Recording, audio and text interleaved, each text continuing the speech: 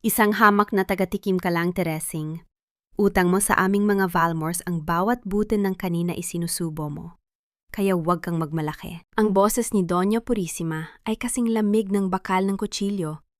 Bawat salita ay tila hiwa sa aking pagkatao na matagal ko nang pinatitigas. Nakatayo ako sa gitna ng maranging ballroom ng Hacienda de Valmores. Suot ang aking puting uniforme na walang bahid ng dumi. Sa aking harapan, ang mahabang mesa ay puno ng mga makukulay na kakanin para sa pagbubukas ng Mascara Culinary Festival. Hawak ko pa ang pilak na kutsara. Punong-puno ng pagmamahal at pag-iingat dahil ang pagkaing ito, ang Maya Blanca na kinalakihan ko sa kusina ni tatay, ang kaisa-isang bagay na nag-uugnay sa akin sa kanya. Sariwa pa sa aking alaala ang kanyang huling bilin. Huwag kang magtiwala sa tamis, Teresing. Ngunit sa isang iglap, ang bango ng gata at mais ay napalitan ng amoy ng lason at takot. Ang pinsan ni Chris na si Constanza ay biglang binitawan ang kanyang tinidor. Ang kanyang mukha ay namutla, ang kanyang mga mata ay nanlaki sa gulat, bago siya tuluyang nangisay at bumagsak sa sahig. Narinig ko ang marahas na pag-atras ng mga silya at ang hiyawan ng mga bisita na tila ba isang koro ng mga naghuhumiyaw na anino. Ikaw! Sigaw ni Doña Purisima habang mabilis na humahakbang patungo sa akin. Ikaw ang huling tumikim nito bago isilbi sa apo ko. Anong ginawa mo, Teresa? Bago pa ako makasagot, isang malakas na impact ang dumapo sa aking pisingi. Hindi ko narinig ang tunog, ngunit naramdaman ko ang matinding init at ang lasa ng dugo sa loob ng aking bibig. Ang aking paningin ay bahagyang lumabo at ang aking balat ay tila nasunog sa lakas ng kanyang palad. Ang kaisa-isang kutsarang hawak ko ay nahulog at gumulong sa marble na sahig na lumikha ng isang matigas at tuyong tunog sa gitna ng nakabibinging katahimikan. Luhod! Singhal ng Donya. Ang kanyang daliri ay nakaturo sa maputik na sahig sa labas ng ballroom kung saan bumubuhos ang ulan. Yuluhod ka at aaminin mo ang lahat ng kasalanan mo sa harap ng pamilyang bumuhay sa iyo. Naramdaman ko ang panunuyo ng aking lalamunan. Tila may nakabara na piraso ng basag na salamin sa tuwing susubukan kong lumunok.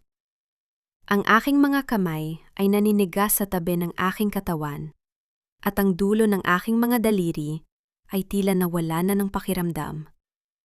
Tumingin ako sa paligid, sa mga kamera ni Aling Pacing na nakatutok sa aking kahihiyan, sa mga matang puno ng panghahamak ng mga elitista ng silay.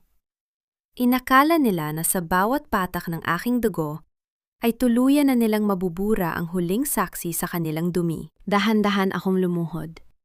Hindi dahil sa takot, kundi dahil kailangan kong abutin ang folder na inihagis ni Don Ramiro sa aking harapan.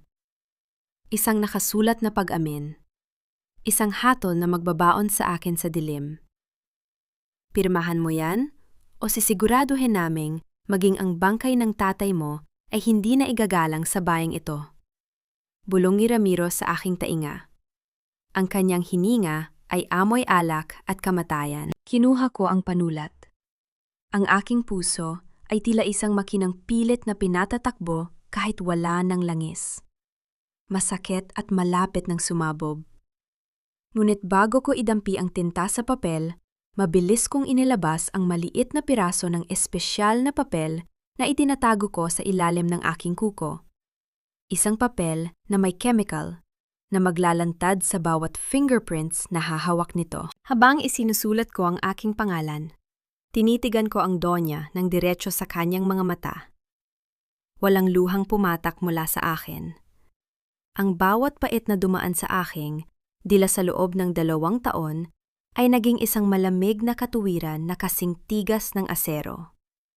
Inakala nyo na nakuha nyo na ang lahat, pero nakalimutan nyo na ang isang tagatikim ay hindi lamang lasa ang nararamdaman. Nararamdaman din namin ang amoy ng inyong nalalapit na pagbagsak. Tapos na po, Doña Purisima? Sabi ko sa isang boses na kasing patag ng isang tahimik na lawa. Sana ay magustuhan nyo ang susunod na putahing ihahain ko sa inyo.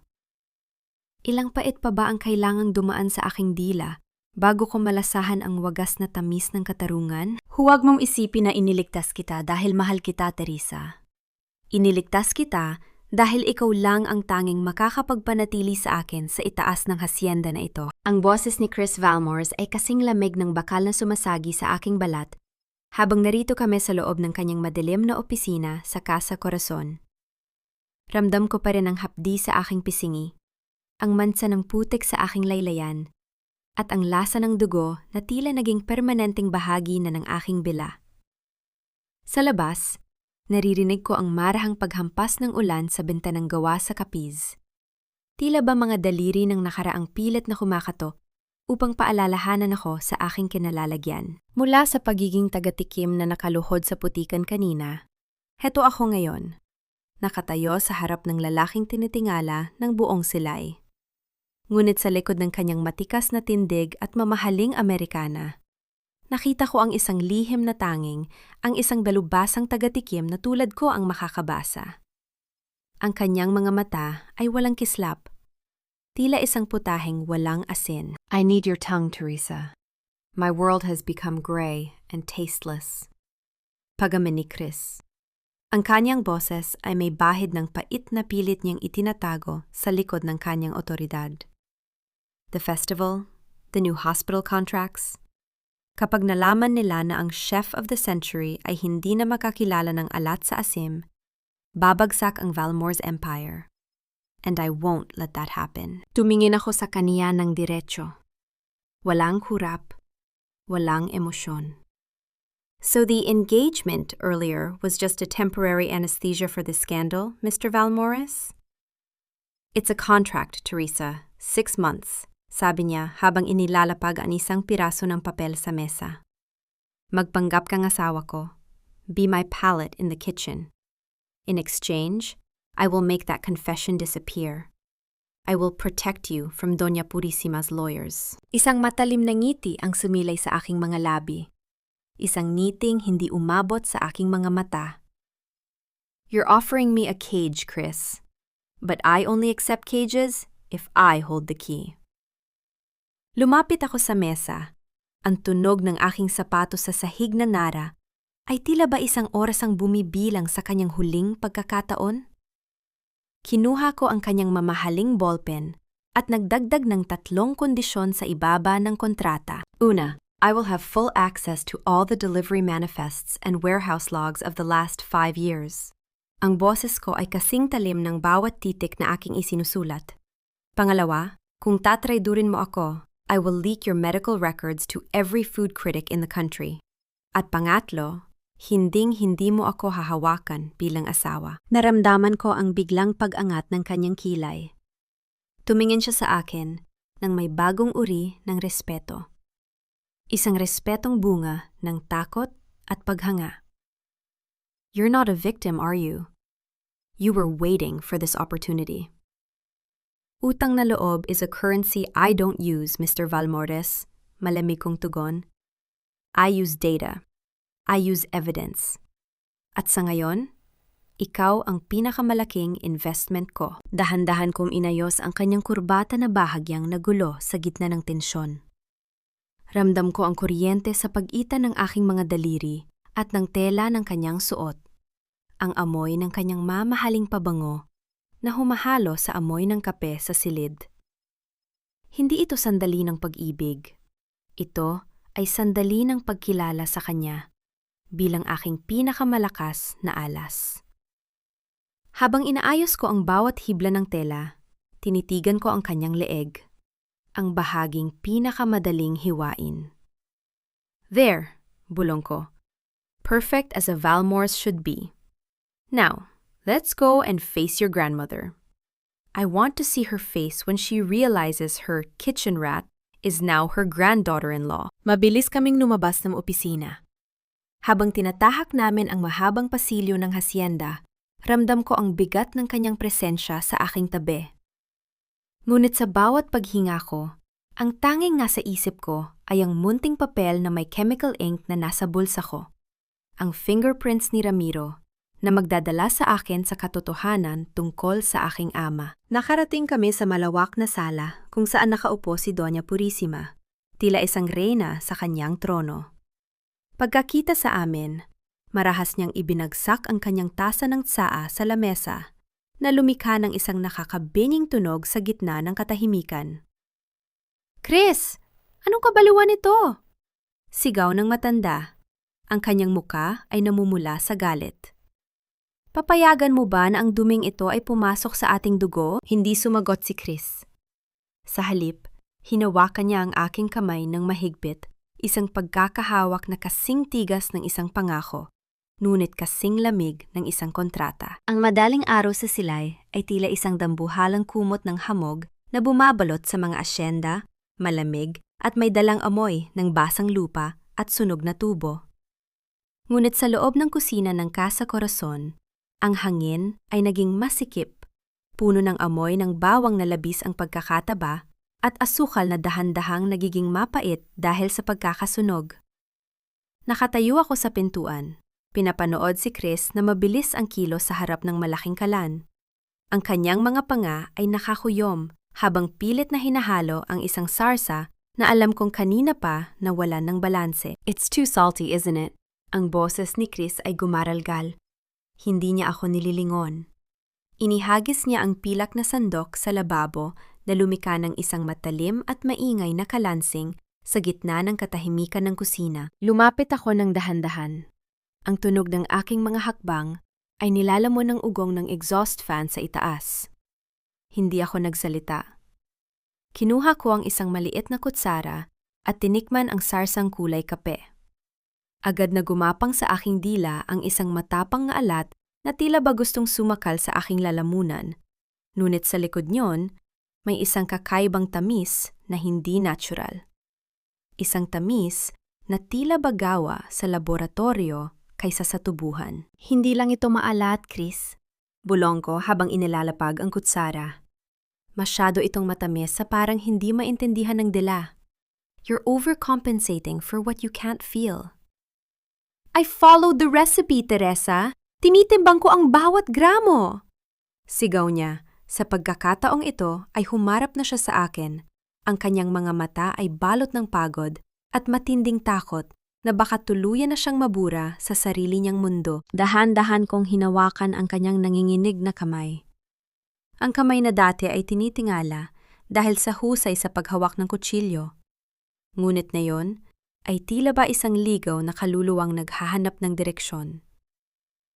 Ang recipe ay gabay lamang, pero ang puso ng pagkain ay nasa balanse. Hayaan mo ako ang maging panlasa mo ngayon. No more scales, just listen to my voice. Sa loob ng sumunod na 2 oras, naging sayaw ang aming pagkilos. Inutusan ko siyang magdagdag ng kaanting asim mula sa kalsada, kaanting pait mula sa balat ng dalandan upang malunod ang nakakaumay na tamis. Sa bawat dagdag, tinitingnan ko ang kanyang mukha.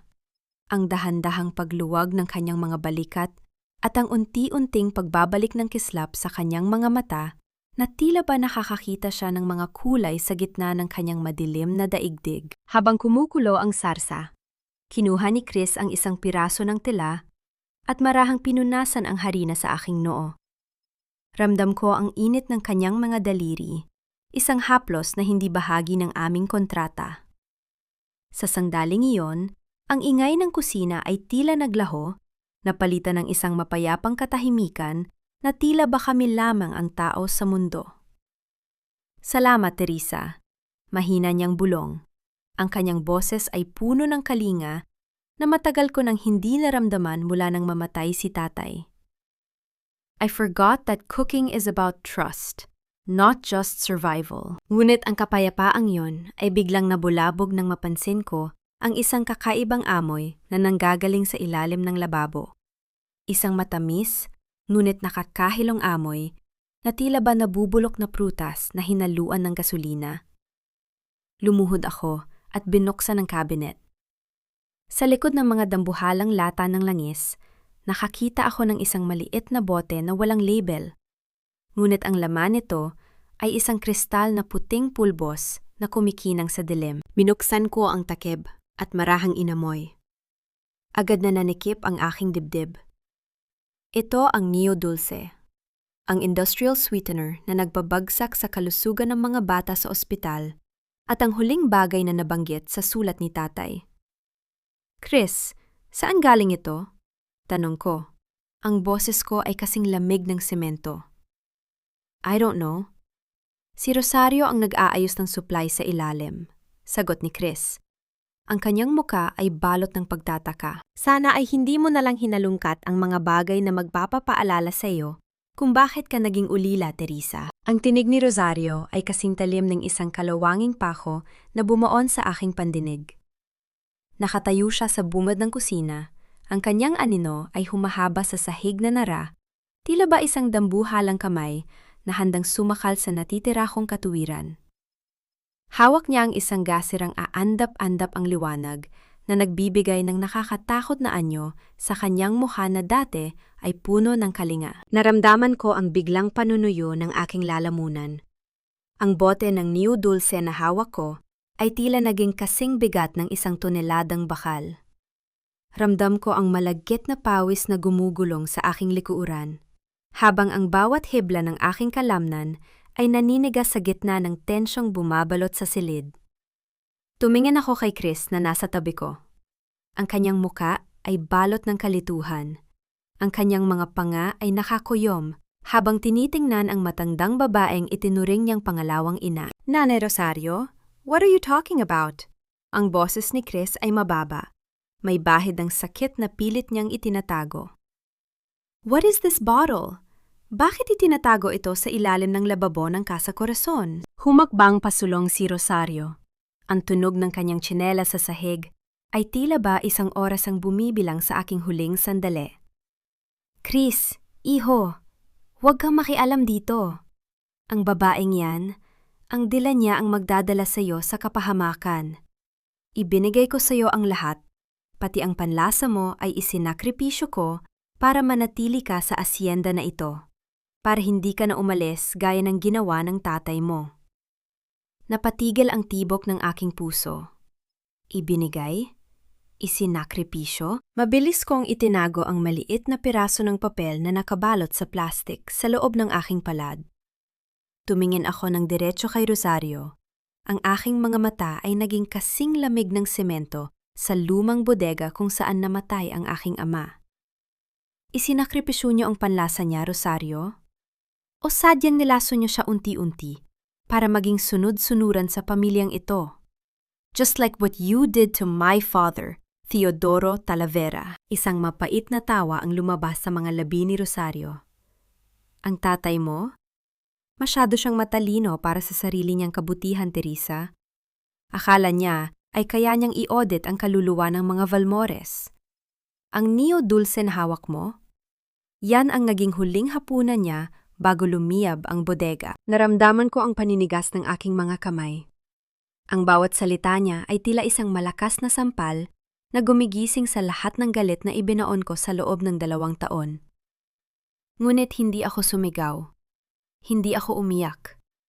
Ang emosyon ay para lamang sa mga taong walang plano. At ako? Ako ang may hawak ng ebidensya. Dahan-dahan kong inilapag ang bote sa ibabaw ng stainless steel na lamesa. Kinuha ko ang isang malinis na basahan at maingat na pinunasan ang aking mga daliri. Tila ba naghuhugas ako ng kamay pagkatapos humawak ng isang maruming basahan? Tumingin ako sa kanyang mga mata. Mga matang puno ng takot na binalot ng otoridad. Sa sandaling iyon, naramdaman ko ang lakas ng aking ama na dumadaloy sa aking mga ugat. Hindi na ako ang batang babaeng nagbebenta ng paminta sa palengke. Ako na ang auditor na naniningil sa bawat patak ng pawis na ninakaw nila. Salamat sa pag-amin, Rosario. Bulong ko. Ang boses ko ay kasing patag ng isang tahimik na dagat.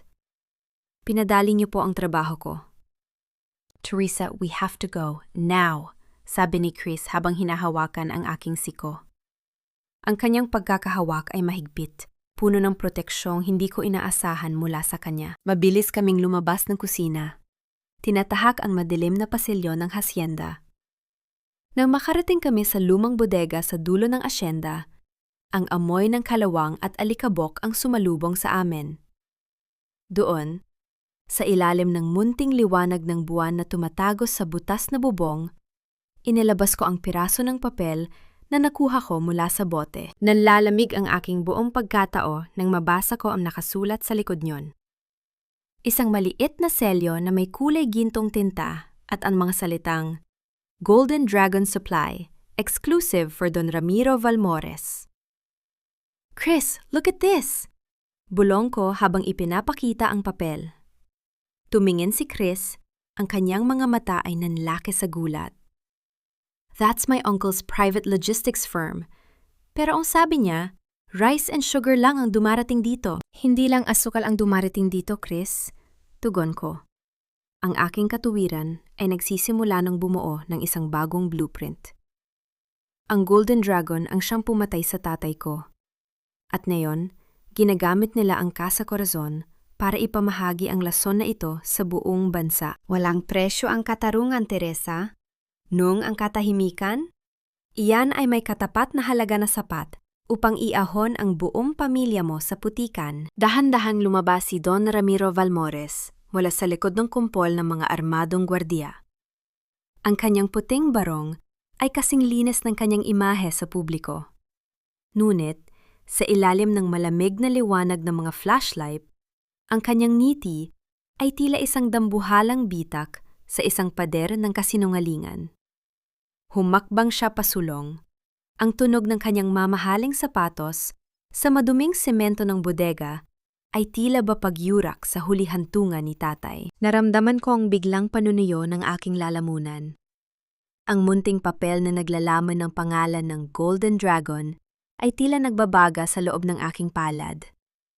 Ramdam ko ang mabilis na pagtambol ng aking puso, isang marahas na pintig na tila gustong kumawala sa aking dibdib. Ang aking mga kamay ay naninigas sa lamig, habang ang bawat hibla ng aking paningin ay nakatuon sa tseke na dahan-dahang inilalabas ni Ramiro mula sa kanyang bulsa. 1,000,000 piso, Teresa. Isang halaga na hindi kailanman kikitain ng iyong ama sa pagtitinda ng paminta sa palengke, sabi ni Ramiro. Ang kanyang boses ay puno ng mapanuyang awa. Tanggapin mo ito, umalis ka sa silay, at kalimutan mo na ang lasa ng nakaraan. Huwag mo nang hintayin na ang dila mo ang maging mitsa ng sarili mong libing. Tiningnan ko ang tseke. Pagkatapos ay tiningnan ko ang kanyang mga mata. Sa loob ng aking isipan, narinig ko ang bulong ni tatay. Huwag kang magtiwala sa tamis. Ang perang inaalok niya ay amoy lason. Isang pampatamis na pilit, itinatago ang nabubulok na konsensya ng pamilya Valmores. Ang katarungan ay hindi isang putahe na pwedeng tawaran sa palengke, Don Ramiro. Ang boses ko ay kasing lamig ng asero, walang bakas ng panginginig. Inakala niyo ba na pagkatapos niyo kaming gawing ulila, ay mabibili niyo ang aming pananahimik, gamit ang perang ninakaw niyo rin sa mga manggagawa? Masyado kang mapangahas para sa isang tagatikim, singhal ni Ramiro. Ang kanyang mukha ay namula sa biglang galit. Ngunit bago pa siya makapag-utos sa kanyang mga tauhan, isang pamilyar na tinig ang umalingaw-ngaw mula sa madilim na sulok ng bodega. Huwag kang mabilis magdesisyon, Papa. Baka nakakalimutan mo na hindi lang ang babaeng yan ang may hawak ng iyong leeg. Mula sa anino ay lumabas si Ligaya Sandoval. Nakasuot siya ng kanyang uniporme bilang tantra, ngunit ang kanyang mga mata ay walang kislap ng katarungan. Tanging ang apoy ng matagal ng kinikimkim na paghihiganti. May hawak siyang isang asul na folder. Ang mga pahina nito ay tila ba mga talim na handang humiwa sa dangal ng mga Valmores. Ligaya? Gulat na tanong ni Chris sa tabi ko. Teresa, huwag kang maniwala sa mga pangako ng matandang ito, sabi ni Ligaya habang lumalapit sa akin. Inabot niya ang isang dokumento, ang ulat ng laboratorio na nagpapatunay na ang lahat ng supplies ng Golden Dragon ay kontaminado. I have the manifests, Don Ramiro. I know about the hospital contracts, but I'm not here for the law. I'm here for my share of the hacienda. Naramdaman ko ang paglamig ng aking pakiramdam. Ang alyansang inakala ko ay para sa katarungan, ay isa lamang palang paligsahan sa kung sino ang masakim. Sa gitna ng tensyon, Naramdaman ko ang pag-uga ng balikat ni Chris sa aking tabi. Dahan-dahan kong ibinaling ang aking tingin kay Chris. Ang kanyang mukha ay balot ng pawis, at ang kanyang mga mata ay tila ba naghahanap ng hangin sa gitna ng silid. Sa ilalim ng kanyang panginginig, nakita ko ang kanyang kamay na dahan-dahang pumasok sa bulsa ng kanyang Amerikana. Sa gitna ng kaguluhan, mabilis siyang kumuha ng isang maliit na puting tableta at dinalas itong isinubo nang hindi tinitingnan ng iba. Ang kanyang paghinga ay naging mababaw, at ang kislap ng kanyang mga mata ay biglang naglaho, napalitan ng isang maputlang kawalan. Sa sangdaling iyon, na-realize ko na ang kanyang nawawalang panlasa ay hindi isang aksidente, kundi isang tanikala na pilit niyang pinapatay gamit ang lihim na lason. Chris, anong iniinom mo? Bulong ko. Sapat na, para kaming dalawa lang ang makarinig. Hindi siya sumagot. Tumingin siya sa akin ng may matinding takot. Tila ba nahuli ko ang kanyang huling piraso ng danggal? Tikman mo ang sarili mong luto, Teresa. Isang pagkaing nararapat lamang sa mga taong galing sa kanal na katulad mo. Ang boses ni Doña Purisima ay umalingaw-gaw sa malawak na hardin ng hasyenda, kasing talim ng mga tinidor na hawak ng mga elitistang bisita. Isang linggo na ang nakalilipas mula ng gabi sa bodega kung saan ang tiwala ni Chris sa akin ay naging kasing pait ng sunog na asukal. Sa kabila ng pagdududa, pinili ni Chris na ituloy ang kasunduan, ngunit ang kanyang mga mata ay nananatiling malamig at malayo. Ngayong hapon, nag-organisa ang Donya ng isang welcoming tea party. Isang marangyang pagtitipon na ang tunay na layunin ay hindi ang tanggapin ako, kundi ang ilubog ako sa kahihiyan sa harap ng kanyang mga kauri. Nakatayo ako sa gitna ng mga mesa na nababalutan ng tilang lino, suot ang aking pinakasimplome. Sa aking harapan ay isang plato ng mga tira-tirang kakanin at isang tasa ng tsaa na malabo at amoy panis. Ang mga tawa ng mga elitista ng silay ay tila ba mga huni ng mga mapanirang ibon sa paligid ko. O bakit hindi ka kumakain, Teresa? Tanong ni Constanza, na ngayon ay nakalabas na sa ospital, ngunit ang mukha ay balot pa rin ng kayabangan. Tiba sanay ka naman sa mga pagkaing pangmasa? O baka naman nakalimutan mo na ang pinanggalingan mo dahil lang sa suot mong singsing? Naramdaman ko ang panunuyo ng aking lalamunan. Ang bawat laway na aking nilulunok ay tila may kasamang bubog. Tumingin ako kay Chris na nakaupo sa kabilang dulo ng mesa. Pinapanood niya ako. Ang kanyang mga kamay ay mahigpit na nakakapit sa kanyang tasa. Tila ba naghihintay siya kung kailan ako susuko at iiyak? Ngunit hindi niya alam, ang bawat pang-iinsulto nila ay tila dagdag na pampalasa sa aking plano. Dahan-dahan kong kinuha ang tasa ng tsaa. Ang aking katuwiran ay nananatiling kasing linaw ng kristal. Ang lasa ng pagkain, Constanza, ay hindi nakabase sa pinggan. Ang boses ko ay kasing patag ng isang tahimik na dagat. Kahit anong mahal ng inyong suot, kung ang budi nyo ay kasing pait ng ampalaya, walang halaga ang tamis ng inyong tsaa. Masyado kang matabil! Singhali Doña Purisima, sabay hampas ng kanyang pamaypay sa lamesa. Hindi ako nagpadala sa kanyang galit. Lumapit ako sa malaking florera ng tsaa na nakapwesto sa gitna. Dahan-dahan kong inayos ang pagkakalapag ng mga kutsara. Ang bawat galaw ko ay kasing pino ng isang prinsesa na tila ba ako ang nagmamay-ari ng hapon na ito. Sa bawat dampi ng aking daliri sa mga kagamitan, naramdaman ko ang init ng hasyenda na dati ay nagpapakaba sa akin. Ngunit ngayon ay nagbibigay sa akin ng kapangyarihan. Hayaan niyo pong ako na ang magsilbi sa inyo. Bulong ko nang may isang misteryosong ngiti. Sa sandaling iyon, naramdaman ko ang paghinto ng hininga ni Chris. Nakita niya ang kislap sa aking mga mata. Isang kislap na hindi galing sa luha, kundi sa tagumpay ng isang taong tapos na ang pag-audit. Mabilis ang aking kilos.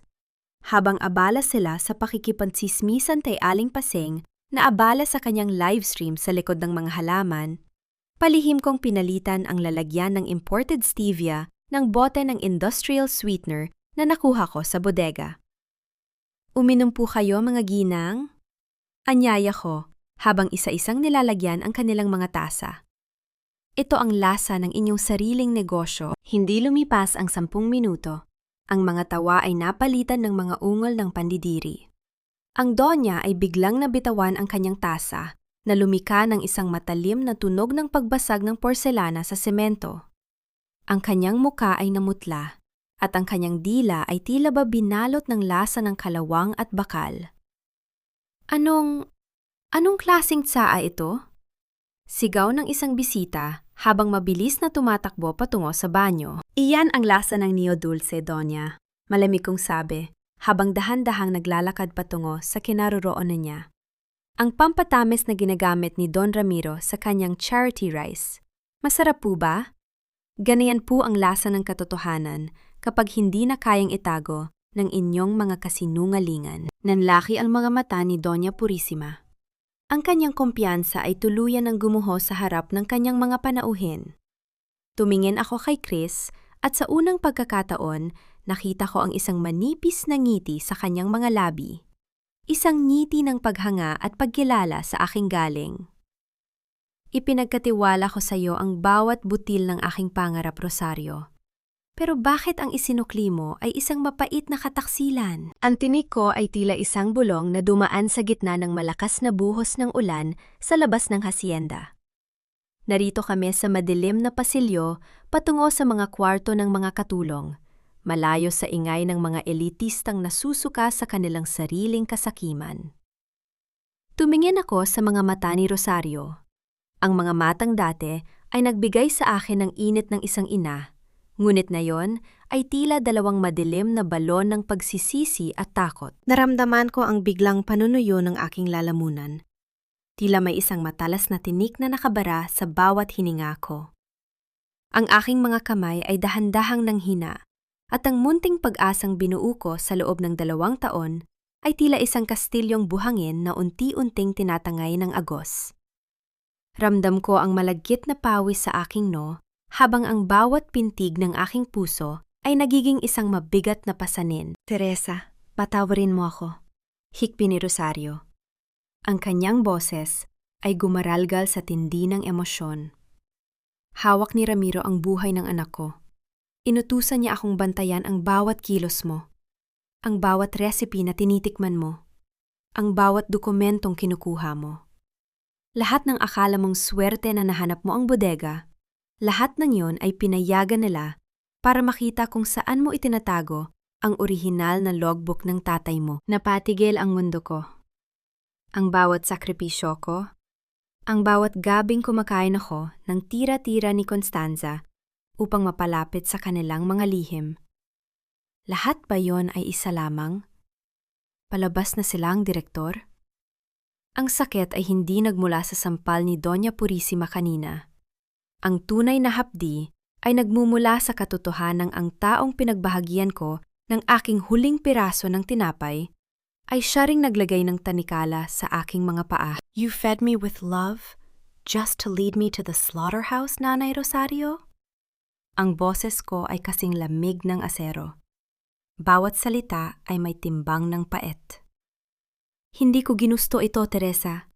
Pero ang anak ko, papatayin nila si Gabriel sa loob ng kulungan. Pagsusumamo niya habang pilit na hinahawakan ng aking kamay. Dahan-dahan kong inalis ang aking kamay sa kanyang pagkahahawak. Hindi ako nagalit ng pasigaw. Sa halip, kinuha ko ang kaisa-isang panyong regalo niya sa akin noong nakaraang Pasko. Isang simpleng tela na may burda ng aking pangalan. Marahan ko itong ibinalik sa kanyang palad. Tinitigan ko siya ng matagal. Tila ba binubura ko ang bawat alaala ng kalinga sa aking isipan? Ang kalinga ay hindi dapat ginagawang armas, Rosario. Dahil sa sandaling gamitin mo ito para mang-api, nawawala ang lasa ng iyong kabutihan. Naramdaman ko ang paghinto ng kanyang paghinga. At sa sandaling yon, na-realize ko na ang pinakamasakit na audit ay hindi sa pera, kundi sa tiwalang kailanman ay hindi na maibabalik. Nasaan ang kahon ng mga resipe ni tatay? Tanong ko. Ang katuwiran ko ay muling bumangon mula sa pagkakalugmo. Nakuha na ni Ramiro, mahinang sagot niya. Nasa loob na yon ng vault sa study room ni Doña Purisima. Nabalik lamang ang aking diwa nang marinig ko ang tunog ng mga sasakyang humihinto sa harap ng hasyenda.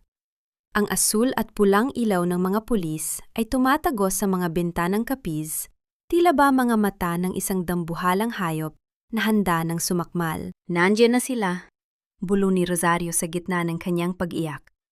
Tumingin ako sa paligid. Wala si Chris. Ang lalaking nangakong magiging baluti ko ay tila naglaho na parang bula sa sandaling kailangan ko siya. Biglang bumukas ang malaking pinto ng pasilyo at tumambad si Don Ramiro. May hawak na isang piraso ng papel, ang notarized confession na pinirmahan ko noong gabing nalason si Constanza.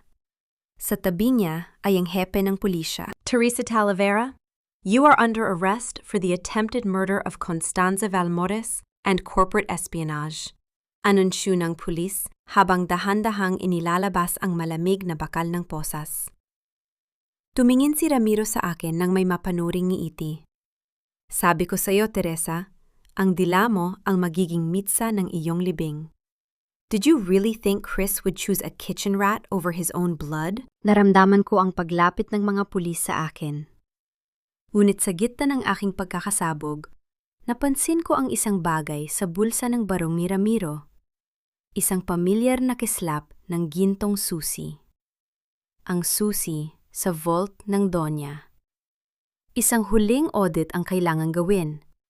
At kung kailangang sa loob ng selda ako magsimula, sisiguraduhin kong ang huling pahina ay hindi tungkol sa aking pagbagsak. Ang tanong na lamang sa aking isipan ay, ilang pait pa ba ang kailangang danasin ng aking kaluluwa bago ko malasahan ang wagas na katarungan? Ang bawat pihit ng susi sa rehas ay tila ba tunog ng isang hatol na matagal ko nang nararamdaman. Isang tuyong lagutok ng bakal na pumuputol sa huling hibla ng aking pag-asa. Malamig ang semento ng selda. Kasing lamig ng mga mata ni Don Ramiro nang panoorin niya akong isakay sa loob ng sasakyan ng pulis. Narito ako ngayon sa loob ng masikip na silid ng presinto sa Silay, malayo sa halimuyak ng mga asyenda at sakinang ng mga pilak na kubyertos. Ang tanging naririnig ko ay ang mahinang patak ng tubig mula sa gripo sa dulo ng pasilyo at ang mabigat na paghinga ng aking sariling pagkatao na tila ba unti-unti nang nauubos. Naramdaman ko ang hapdi sa aking mga pulso, kung saan nananatili ang mapulang marka ng posas. Tumingin ako sa aking mga kamay.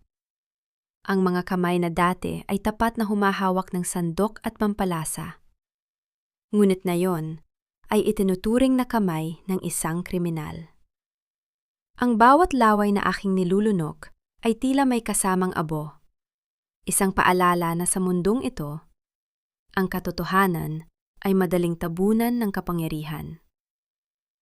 Teresa, ang boses na yon ay tila isang mahinang kuryente na dumaan sa aking gulugod. Tumingala ako at nakita ko si Chris Valmores sa kabilang panig ng mga rehas. Wala na ang kanyang matikas na ayos. Ang kanyang puting polo ay gusot, ang kanyang buhok ay magulo, at ang kanyang mga mata ay balot ng isang malalim na pait at pagsisisi. Chris! Ang tanging lumabas sa aking bibig, kasing hina ng isang bulong ng hangin. I'm getting you out of here, Teresa. My lawyers are already talking to the fiscal. Gagamitin ko ang lahat ng shares ko sa Casa Corazon para i-withdraw nila ang mga paratang. Mabilis niyang sabi, ang kanyang mga kamay ay mahigpit na nakakapit sa malamig na bakal ng selda. Hindi ko hahayaan na mabulok ka rito. Para sa kasalanang, alam nating lahat na hindi mo ginawa. Tinitigan ko siya ng matagal. Nakita ko sa kanyang mukha ang takot, na baka tuluyan na akong mawala. Ang parehong takot na nakita ko sa kanya noon gabi sa kusina. Ngunit sa halip na tumayo at tanggapin ang kanyang alok, nanatili akong nakaupo sa matigas na bench. Huwag, Chris, malamig kong sagot. Bawat salita ay may timbang ng paninindigan. If you save me using the Valmore's power, then I will be nothing but another debt of gratitude in your ledger. Kung lalabas ako rito dahil sa impluwensya nyo, mananalo si Doña Purisima. I want to walk out of these bars as Teresa Talavera, not as a charity case of the people who crushed my father. Teresa, this is not the time for pride. Papatayin ka nila sa loob ng sistemang ito. Galit na sigaw ni Chris, ngunit bakas ang pagmamakaawa sa kanyang tono. Logic, Chris, not pride, tugon ko, habang dahan-dahang tumatayo. The confession was forced.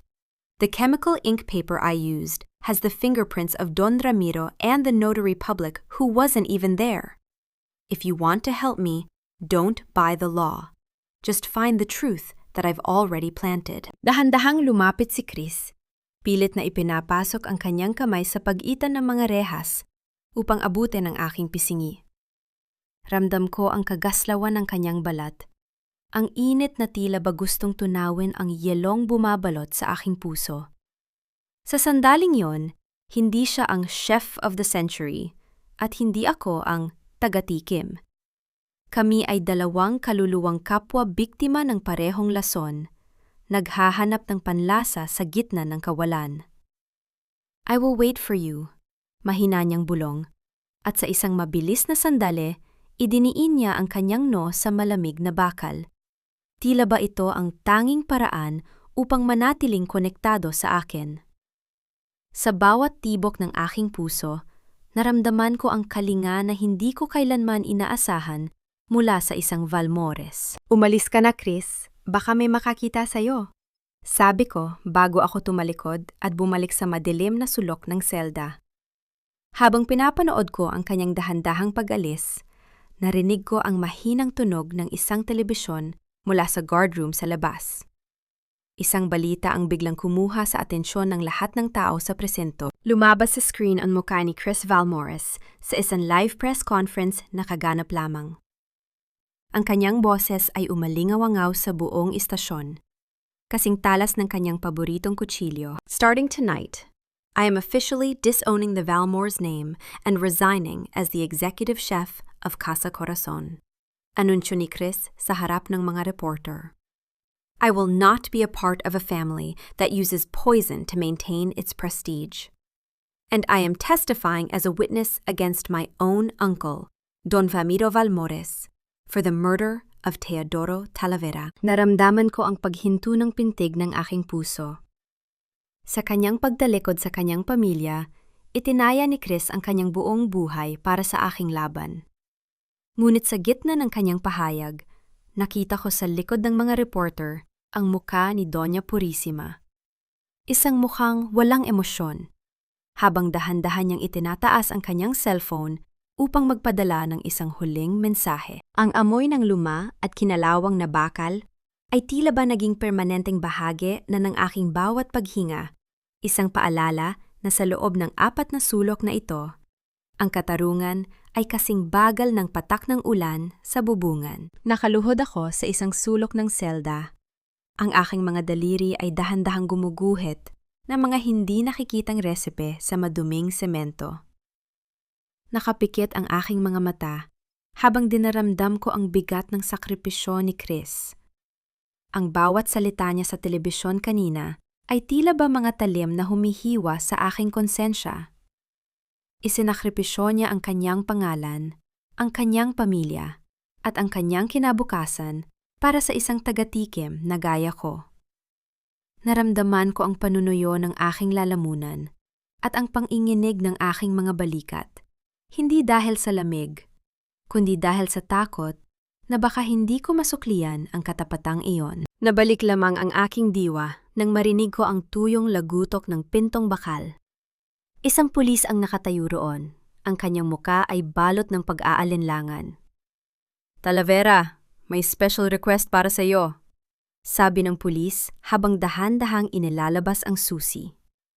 Dadalhin ka namin sa ospital. Gusto kang kausapin ni Constanza Valmores. Siya mismo ang humingi ng pahintulot sa piskal. Naramdaman ko ang mabilis na pagtibok ng aking puso. Sa loob ng puting silid ng ospital, sinalubong ako ng amoy ng antiseptic at ang mahinang ugong ng mga makinang bumubuhay kay Constanza. Nakasandal siya sa mga unan, maputla ang kanyang muka at may bahid ng takot sa kanyang mga mata na dati ay puno lamang ng kayabangan. Nang makita niya ako, Narinig ko ang kanyang mabilis na paghinga. Teresa, salamat at dumating ka. Mahina niyang bulong. Ang kanyang boses ay tila isang naghihingalong hangin. Bakit mo ako pinatawag, Constanza? Malamig kong tanong habang nananatiling nakatayo sa dulo ng kanyang higaan. Ang aking katuwiran ay nananatiling matalas, gaya ng isang scalpel. Para ba dagdagan ang mga paratang mo laban sa akin? Hindi, iling niya, habang ang kanyang mga kamay ay nanginginig sa ibabaw ng kumot. Alam ko na ang lahat. Alam ko na may naglagay ng lason sa Maya Blanca. Actually, I knew someone was going to put something in it. Sabi ni Tito Ramiro, kaunting pampurga lang yon para mapatalsik ka sa asyenda dahil spy ka ra. I agreed, Teresa. I wanted you gone because I hated how Chris looked at you. Naramdaman ko ang pag-init ng aking dugo. Isang matinding poot na tila gustong sumabog. So you risked your own life just to humiliate me? I didn't risk my life. Niloko ako ni Ramiro. Biglang sigaw ni Constanza, bago siya inatake ng marahas na pag-ubo. He switched the dose. He wanted me to die, Teresa. He wanted to blame you for my death, so he could take full control of the Valmore's trust fund. Ginamit niya ako. Ginamit niya kaming lahat. Inilabas ni Constanza ang isang maliit na voice recorder mula sa ilalim ng kanyang unan. Nandito ang usapan namin ni Ramiro bago ang festival. Take it. But please, don't put my name in the official case. Sabihin mo na lang na nahanap mo ito. Dahan-dahan kong kinuha ang recorder mula sa kanyang nanginginig na palad. Tinitigan ko siya ng matagal. Tila ba binabasa ko ang bawat hibla ng kanyang pagkatao? Sa sandaling ngayon, nakita ko ang isang bata at takot na babaeng biktima rin ng sarili niyang pamilya. Kinuha ko ang baso ng tubig sa lamesa at dahan-dahan itong inilapit sa kanyang labi. Ramdam ko ang init ng kanyang hininga sa aking mga daliri. Hindi ito sandali ng pagpapatawad. Ito ay sandali ng kalinga para sa isang taong tulad ko ay nawalan din ng lahat dahil sa kasakiman ng iba. Uminom ka muna, bulong ko. Hindi dahil sa pinapatawad na kita, kundi dahil kailangan mong maging malakas para sa huling audit na gagawin natin. Humarap ako sa kanya ng may malamig na determinasyon. I won't promise to keep your name out, Constanza. Accountability is the only flavor I respect. If you want to survive this, you have to choose between your false dignity and the truth. Testify against Ramiro in public or drown with him. Nakita ko ang pagbagsak ng kanyang balikat. Ang kanyang katahimikan ay tila isang malakas na pagsang-ayon. Habang papalabas ako ng ospital, hinarang ako ni Ligaya Sandoval sa lobby. Ang kanyang muka ay balot ng matinding kaba at ang kanyang mga mata ay pabalik-balik ang tingin sa paligid. Teresa, kailangan nating kumilos ngayon din. Bulong ni Ligaya habang mabilis na iniabot sa akin ang isang imbitasyon. Bukas na ang ika-100 anniversary party ng Casa Corazon. Doon gagawin ng Donya ang huling hakbang. Gagawin niyang tagapagmana si Ramiro at opisyal na buburahin ang pangalan ni Chris sa lahat ng ari-arian. At may nalaman ako. May plano silang aksidente para kay Chris bago matapos ang gabi. Naramdaman ko ang paghinto ng pintig ng aking puso. Ang laro ay naging isang karera patungo sa kamatayan. Ihanda mo ang lahat, Ligaya. Malamig kong sabi habang mahigpit na hawak ang recorder ni Constanza. Bukas, isisilbi natin sa kanila ang huling hapunan na hinding-hindi nila makakalimutan. Ngayong gabi, ililibing na natin ang dumi ng nakaraan kasabay ng pangalan ni Chris. Ang Casa Corazon ay mananatiling malinis, marangal, at tanging para sa mga tunay na Valmores. Ang boses ni Doña Purisima ay umalingaw-ngaw sa dambuhalang ballroom ng hacienda, kasing talim ng mga kristal na chandelier na nakasabit sa itaas. Nakatayo siya sa gitna ng entablado, suot ang kanyang gintong terno, tila isang reynang nagdedeklara ng digmaan laban sa kanyang sariling dugo. Sa kanyang tabi, Si Don Ramiro ay nakang-isi ng palihim. Hawak ang kupita ng alak na tila ba iniinom na niya ang tagumpay. Nasa labas ako ng malaking pinto. Ramdam ang lamig ng hawakan ng pinto na gawa sa tanso. Nakasuot ako ng isang pulang-pula na Filipiniana, ang kulay ng katarungan, ang kulay ng dugo ni tatay na dumanak sa bodega. Nanginginig ang aking mga daliri, hindi dahil sa takot, kundi dahil sa matinding kuryenteng dumadaloy sa aking mga ugat. Ang katuwiran ko ay kasing talas na ng isang bagong hasang scalpel. Tumingin ako kay Chris na nasa tabi ko. Siya ay tahimik. Ang kanyang mga mata ay nakapako sa pinto. Handa nang harapin ang mga halimaw na pumatay sa kanyang panlasa at sa aking pamilya. Sapat na ba ang ebidensyang dala ko upang gibain ang dambuhalang pader ng kanilang kasinungalingan? O ako ang lalamunin ng apoy na sisindihan ko ngayong gabi? Dahan-dahan kong itinulak ang pinto. Ang tunog ng pagbukas nito ay tila isang malakas na hudyat na nagpatahimik sa buong ballroom. Ang bawat mata ng mga elitista ng silay ay nakatutok sa aming pagpasok. Nilakad namin ang gitna ng pasilyo. Ang bawat pagtapak ng aking sapatos sa marmol ay tila ba tunog ng oras ang bumibilang sa kanilang huling sandali. Teresa, anong karapatan mong pumasok dito? Singhal ni Ramiro. Ang kanyang mukha ay biglang namutla. Hindi ako narito bilang taga-tikim, Don Ramiro. Ang boses ko ay umalingaw-naw, kasing lamig ng semento sa presento. Narito ako bilang ang huling auditor ng pamilya Valmores. At may inihanda akong huling putahe para sa inyong lahat. Sa utos ko, inilabas ng mga waiter na mga tauhan pala ni Ligaya ang 3 maliliit na platito ng puting asukal sa bawat mesa ng mga bisita. Ladies and gentlemen, panimula ko habang dahan-dahang umaakyat sa entablado.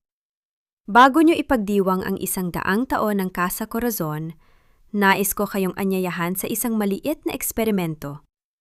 Ang 3 asukal na nasa harap nyo ay mukhang magkakapareho. Ngunit isa sa mga yan ay may kakaibang lasa. Stop this nonsense! Security! Bulyaw ng Donya. Natatakot pa kayo, Doña Purisima? Sabat ni Chris. Ang kanyang tinig ay puno ng otoridad na nagpatahimik maging sa mga gwardiya. Tikman nyo. Bilang parangal sa tatay ni Teresa na namatay sa bodega nyo. Dahil sa tensyon, napilitan ang mga bisitang tikman ang 2 platito. Isa-isang nanggunot ang kanilang mga no. Ang tamis ay biglang napalitan ng isang matinding pait na tila bakalawang na dumidikit sa dila. Iyan ang lasa ng Neo Dulce, malamig kong sabi habang nakatitig kay Ramiro. Ang industrial sweetener na ginagamit nyo para itago ang amoy ng mga bulok na sangkap sa inyong supply chain. Isang pampatamis na dahan-dahang lumalason sa katawan, gaya ng paglason nyo sa panlasa ni Chris sa loob ng maraming taon. Biglang bumukas ang malaking screen sa likuran namin. Hindi ito ang slideshow ng kasaysayan ng pamilya. Ang lumitaw ay isang live video feed mula sa lihim na bodega ni Ramiro sa Valenzuela. Nakita ng lahat ang mga pulis na pinamumunuan ni Ligaya. Habang kinukumpiska ang libo-libong sako ng kontaminadong asukal na may tatak ng Golden Dragon. Hinarap ko si Doña Purisima. Inilabas ko mula sa aking bulsa ang maliit at sunog na sandok na kahoy ni tatay. Ang tanging bagay na natira sa kanya mula sa sunog. Marahan ko itong inilapag sa harap ng Donya, sa ibabaw ng kanyang gintong lamesa. Ang sandok na ito ay hindi marunong magsinungaling, Donya, bulong ko. Sapat na para marinig ng mga mikropono. Hindi po alak ang nagmansa rito, kundi ang fingerprints ninyo nung ilock niyo ang pinto ng bodega habang nasa loob ang tatay ko. Naramdaman ko ang paghinto ng kanyang paghinga. Ang kanyang mga mata ay nanlaki. Ang kanyang panginginig ay hindi na niya kayang itago sa likod ng kanyang mamahaling hiyas. Sa sandaling iyon, ang reyna ng silay ay naging isa na lamang matandang babaeng nalulunod sa kanyang sariling dumi. Hayop ka! Wala kang ebidensya! Sigaw ni Ramiro. Ngunit bago pa siya makakilos, ang mga pintuan ng ballroom ay muling bumukas. Pumasok ang mga ahente ng NBI, kasama si Constanza na nakaupo sa wheelchair. Maputla, ngunit may matatag na paningin. Mayroon kaming ebidensya, tito. Mahinang sabi ni Constanza. The recorder, the logs, everything. Ang bawat salita ni Doña Purisima ay tila mga huling patak ng lason na sumisipsip sa aking natitirang lakas. Nakatayo ako sa gitna ng ballroom na kanina lang ay saksi sa aking tagumpay, ngunit ngayon ay tila ba naging isang malawak na sementeryo ng mga alaala? Ramdam ko ang tanginginig ng aking mga kamay sa loob ng bulsa ng aking pulang Filipiniana. Kung totoo ang sinabi ng Donya, kung ang Golden Dragon ay itinayo nga ni tatay, ibig bang sabihin ay kasabwat siya sa paglason sa bayang ito? Teresing, don't listen to her. Gaslighting lang ang ginagawa niya para sirain ka. Bulong ni Chris sa aking tabi. Hinawakan niya ang aking siko. Ang kanyang palad ay mainit at matatag. Tila ba ito ang kaisa-isang angkla ko sa gitna ng nagangalit na dagat ng pagdududa? Hindi ako sumagot. Tinitigan ko ang mga pulis habang dinalas-dalas nilang inilalabas ang Donya. Ang kanyang tawa ay umalingaw-ngaw sa pasilyo. Isang tunog na kasing pait ng Neo Dulce. Kinabukasan, dinalaw ko ang Donya sa loob ng kanyang selda sa provincial jail. Ang amoy ng lumang semento, pawis at murang sabon ay malayo sa halimuyak ng mga bulaklak sa asyenda. Nakaupo siya sa isang matigas na bangko.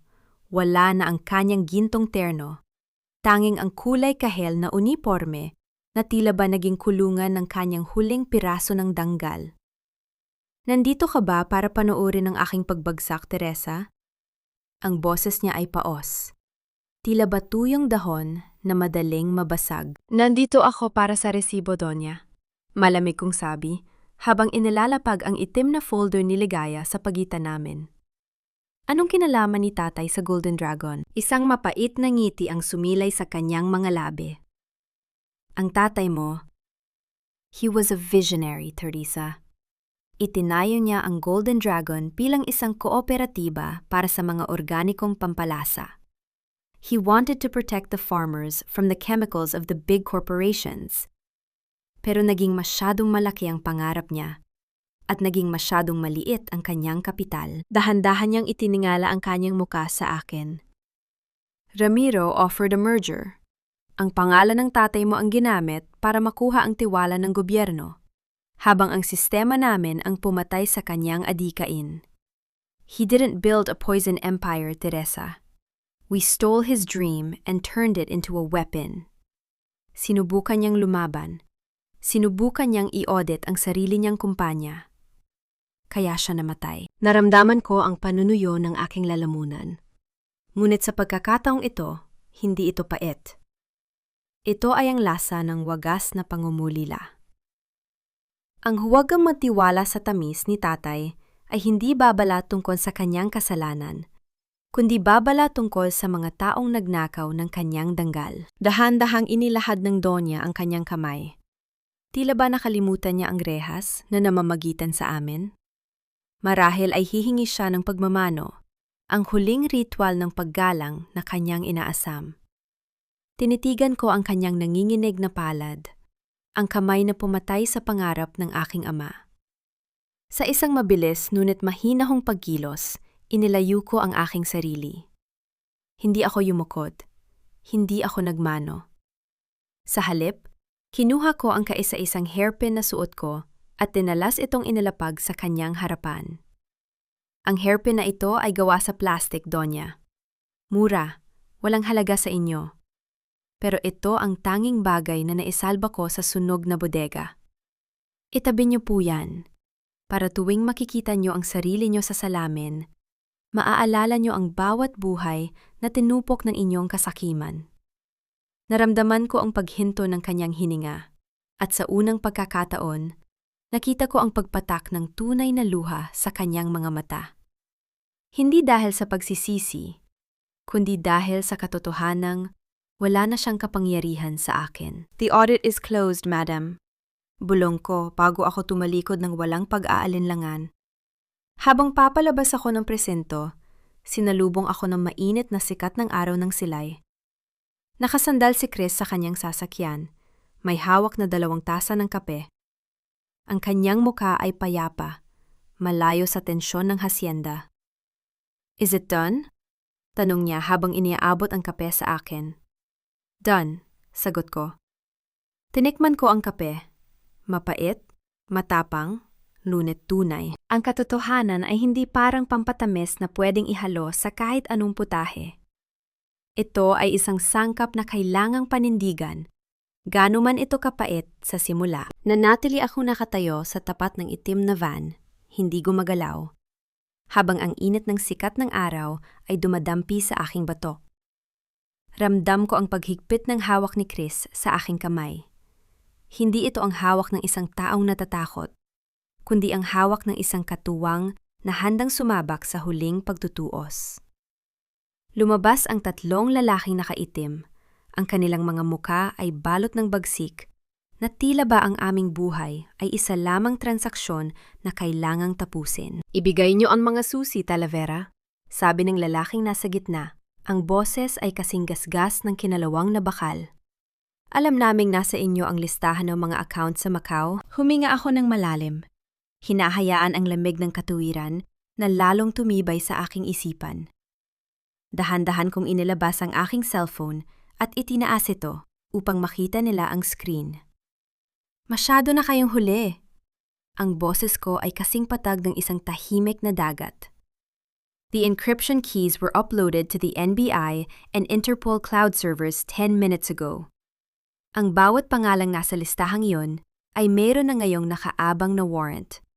Isang maling galaw niyo sa amin, at ang digital trail ng inyong kinaroroonan ay agad na ipapadala sa mga awtoridad na nasa kanto lamang ng kalsadang ito. Nakita ko ang pag-aalinlangan sa kanilang mga mata. Ang takot na dulot ng batas ay mas matindi kaysa sa utos ng kanilang amo.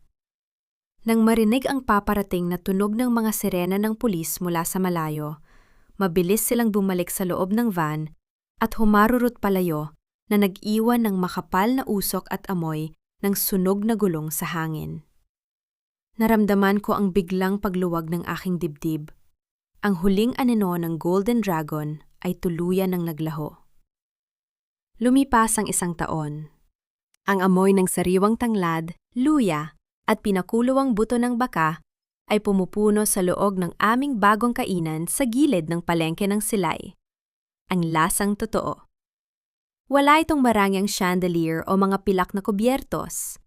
Ang mga mesa ay gawa sa lumang kahoy ng mga bodega ng asukal, at ang mga dingding ay napapalamutyan ng mga tuyong pampalasa na itinatanim ng mga lokal na magsasaka. Nakatayo si Chris sa harap ng malaking kawa, maingat na tinitignan ang kulay ng sabaw. Bagaman hindi pa rin bumabalik ng buo ang kanyang panlasa, natutunan na niyang magluto gamit ang kanyang puso at ang aking mga mata. "Teresa, pakitikim nito," tawag niya sa akin. Ang kanyang mukha ay may bakas ng uling at harina, ngunit ang kanyang mga mata ay nagnininga sa tunay na kaligayahan. Lumapit ako at kinuha ang kahoy na kutsara. Hinipan ko ang mainit na sabaw bago ito dahan-dahang idampi sa aking dila. Ang alat ay sapat, ang asim ay nanunuot, at ang bawat sangkap ay nag-uusap sa loob ng aking bibig. "Perfect!" Bulong ko habang nakatingin sa kanya. Dahan-dahang lumapit sa akin si Chris. Kinuha niya ang kanyang malinis na apron at marahan niyang pinunasan ang mansa ng sarsa sa dulo ng aking labi. Ramdam ko ang kagaslawan ng kanyang palad, isang haplos na puno ng respeto at kalinga na hindi kailanman kayang bayaran ng kahit anong kontrata. Sa sandaling iyon, ang ingay ng palengke sa labas ay tila naglaho. Kami ay 2 kaluluwang dati ay naghahanap ng panlasa sa gitna ng kasinungalingan. Ngunit ngayon, ay nahanap ang wagas na katotohanan sa piling ng isa't isa. "Hindi ko na kailangang malasahan ng asukal, Teresa," mahina niyang bulong. "Dahil ang makita kang malaya at masaya ay sapat na tamis na para sa aking buhay." Kinuha ni Chris ang isang piraso ng papel mula sa kanyang bulsa, ang aming lumang contract marriage. Tumingin siya sa akin, naghihintay ng aking pahintulot. Walang salitang lumabas sa aking bibig, tanging isang matatag na tango. Sa isang mabilis na pagkilos, pinunit niya ang papel sa maliliit na piraso at hinayaang tangayan ng hangin ang mga ito patungo sa nagniningas na kalan. Wala nang kontrata, Teresa. Tanging pagpili na lamang, sabi niya. Inilabas ni Chris ang isang maliit na kahon. Hindi ito sing-sing na may dambuhalang brilyante gaya ng inaasahan ng mga Valmores. Sa loob niyon ay ang orihinal na kutsarang kahoy ni tatay na maingat na nilinis at pinakintab. Sa hawakan nito, may nakaukit na bagong bilin. Ang tunay na lasa ay pag-ibig na walang halong lason. Tiningnan ko ang kutsara. Pagkatapos ay tiningnan ko ang lalaking nasa harap ko. Ang bawat pait na dumaan sa aking dila, ang bawat sakripisyo ng aking ama, at ang bawat luhang pumatak sa semento ng hasyenda, lahat ng iyon ay nagdala sa akin sa sandaling ito. Kain na tayo, Chris, sabi ko nang may matamis na ngiti. Sa bawat subo namin ng pagkain binuo mula sa katotohanan, naramdaman ko ang wagas na kapayapaan. Ang audit ng aming buhay ay tapos na, at ang kinalabasan ay isang balanseng puno ng pag-asa. Ang dapit hapon sa silay ay tila isang dambuhalang canvas na pininturahan ng kulay kahel, lila at ginto. Nakatayo ako sa balkonahe ng aming maliit na kainan, hinahayaan ang sariwang hangin na humaplos sa aking mukha. Wala na ang malagkit na amoy ng asukal na hinaluan ng lason. Ang tanging nalalanghap ko ngayon ay ang bango ng bagong pitas na tanglad at ang payapang singaw ng nilagang baka na nagmumula sa kusina sa ibaba. Isang taon na ang lumipas mula nang gumuho ang Hacienda de Valmores. Ang dambuhalang kuta ng kasinungalingan ay naging isa na lamang babala sa kasaysayan ng Negros. Nabalitaan ko na si Doña Purisima ay nananatiling tahimik sa loob ng kanyang selda, habang si Don Ramiro ay dahan-dahang kinakain ng sariling takot sa bawat pag-ikot ng oras sa bilangguan. Ang kanilang yaman ay hindi nakabili ng katahimikan sa harap ng batas. Teresa, handa na ang huling batch ng mga resipe para sa audit bukas. Pagbati ni Chris habang lumalapit sa akin. Ngumiti ako at dahan-dahang humilig sa kanyang balikat. Ang kanyang presensya ay hindi na isang kontrata na kailangan kong bantayan. Ito ay naging isang tahanan na pinili kong panatilihin. Ang aming kumpanya, ang Lasang Totoo, ay naging higit pa sa isang negosyo. Ito ay naging boses ng mga maliliit na magsasaka at mga pamilyang dati ay niloloko ng mga dambuhalang korporasyon. Sa bawat pagsusuri na ginagawa namin, tinitiyak kong walang ibang anak ang magiging ulila dahil sa tamis na hindi totoo. Narinig ko ang mahinang tunog ng pagbukas ng pinto. Pumasok si Rosario. Bit-bit ang kaisa-isang hairpin na ibinigay ko sa Donya noon. Isinauli ito ng mga awtoridad matapos ang huling pagdinig. Hinaplos ko ang makinis na plastik nito at naramdaman ko ang isang kakaibang init sa aking palad. Sa bawat pag-ihip ng hangin, tila ba naririnig ko ang bulong ng aking ama? Sinasabi niyang ang audit ng aking buhay ay tapos na. Wala na akong utang sa nakaraan. Wala na akong tanikalang kailangang kalagan. Ang pag-ibig ay hindi dapat maging isang sakripisyo na umuubos sa iyong pagkatao. Ang pamilya ay hindi dapat maging dahilan ng iyong pagkawasak. Natutunan ko na ang pinakamataas na uri ng yaman ay ang pagkilala sa sariling halaga at ang lakas na tumayo ng mag-isa sa ilalim ng tirik na araw. Huminga ako ng malalim. Ang hangin ay kasing tamis ng kalayaan. Tumingala ako sa mga unang bituin na sumisibol sa langit. Ako si Teresa Talavera, at sa wakas, ang bawat lasa ng aking buhay ay akin na.